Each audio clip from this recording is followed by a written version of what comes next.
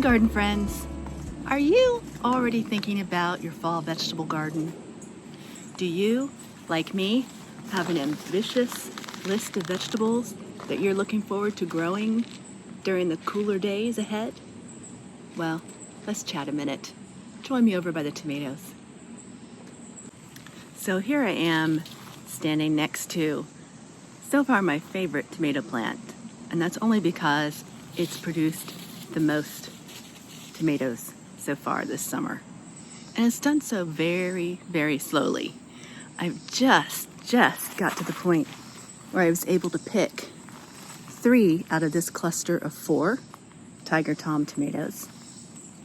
And there are many more coming, but I still have tomato plants that I haven't produced any tomatoes, like these sweet scarlets. I got some lovely, very delicious tomatoes off this carbon tomato plant, and that's been at least a month now. And over here, more with blossoms at the tippy top, and a few of these. Again, I think these are the sweet scarlet, just finally coming in after losing the first fruit to blossom end rot. The peppers are also taking their sweet time. I've got one little one here coming in, and one that I broke off of this plant the other day, unfortunately. And this plant produced 2 earlier in the summer. This plant is not doing a whole lot. And this one, these are all bell peppers. Looks like it has lots of little babies on it. So we're going to hope that we're going to get lots of peppers off of it. And the beans have been pretty reliable, although they're looking a bit peaked at this point. These saline colored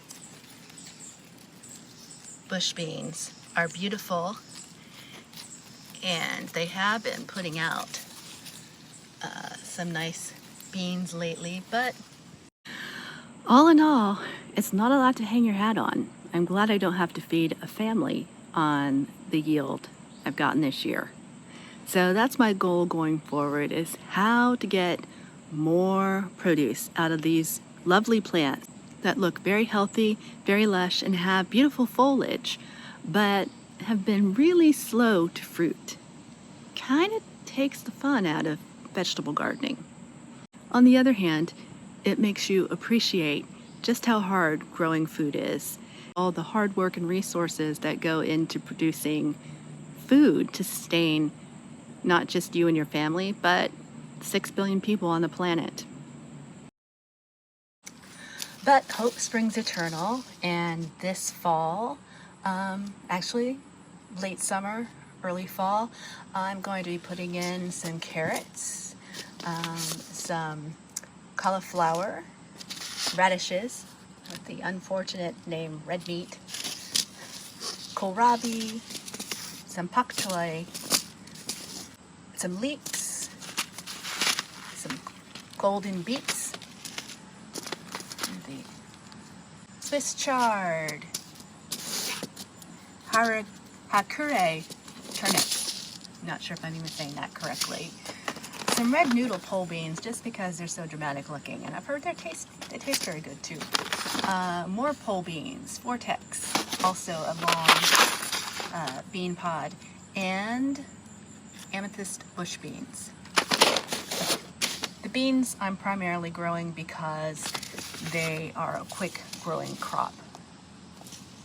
So even though I'm sounding a bit put out that my tomatoes aren't putting out, that sounds really wrong, that I'm not getting a lot of fruit on my tomato and pepper plants.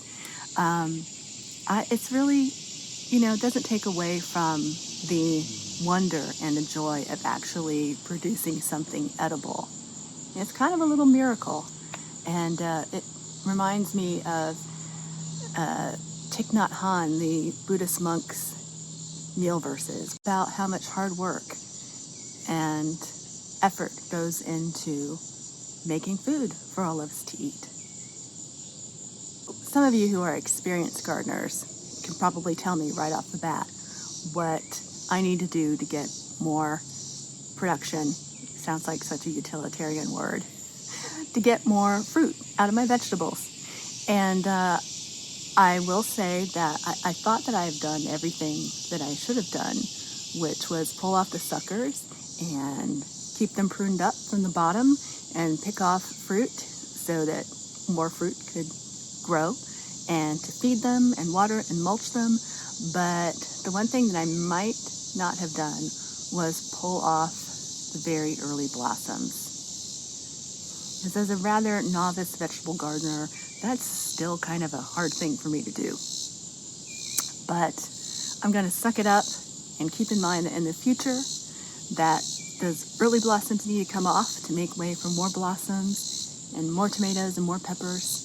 And, if you have any tips you want to throw my way, they're always appreciated. Just leave them in the comments below. Well, that's it for this edition of Kit and Wren Garden. As always, thanks for stopping by. I hope that you will like and subscribe and do all the things and come back and see us again. I really appreciate your time. Happy gardening.